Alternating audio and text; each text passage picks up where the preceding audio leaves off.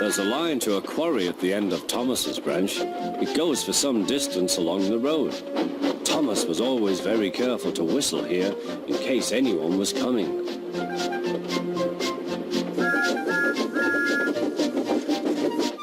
Early one morning, a large policeman was sitting close to the line. Thomas liked Policeman. He had been a great friend of the officer who had just retired. Peep, peep, he whistled, "Good morning." Thomas expected that the new officer would be friendly too, but was sorry to see that he didn't look friendly at all. He was red in the face and very cross. "Disgraceful," he spluttered.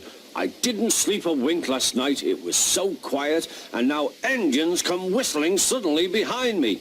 "I'm sorry, sir," said Thomas. "I only said good morning." The policeman pointed to Thomas. "Where's your cowcatcher?" he asked. "But I don't catch cows, sir." "Don't be funny," snapped the policeman. He looked at Thomas's wheels. No side plates either, and he wrote in his notebook, "Engines going on public roads must have their wheels covered and a cowcatcher in front to protect people and animals from being dragged under the wheels if they stray onto the line. You haven't, so you are dangerous." "Rubbish," said Thomas's driver. "We've been along here hundreds of times and never had an accident." "That makes it worse," the policeman answered. He wrote regular lawbreaker in his book. Thomas puffed sadly away.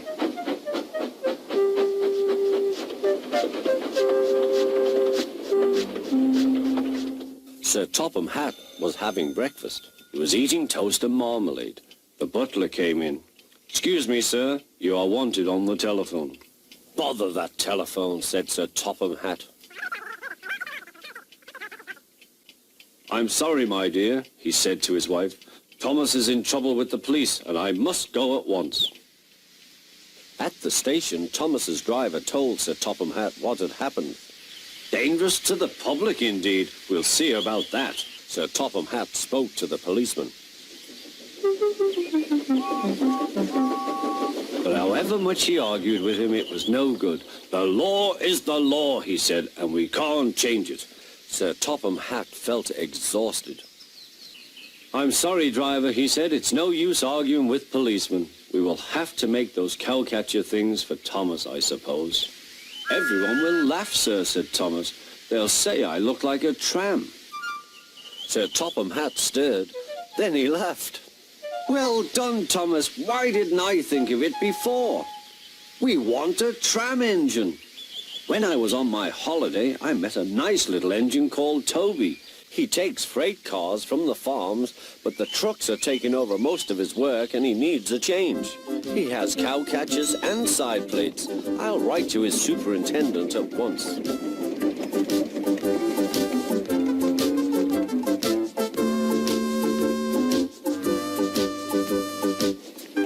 A few days later, Toby arrived. "That's a good engine," said Sir Topham Hatt. "I see you've brought your coach, Henrietta." "You don't mind, do you, sir?" asked Toby. "The station master wanted to use her as a hen house, and that would never do." "No, indeed," said Sir Topham Hatt. "We couldn't allow that."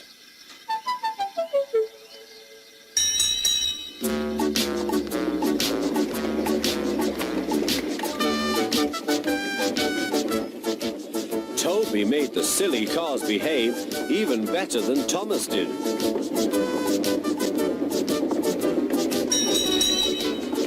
Oi, you!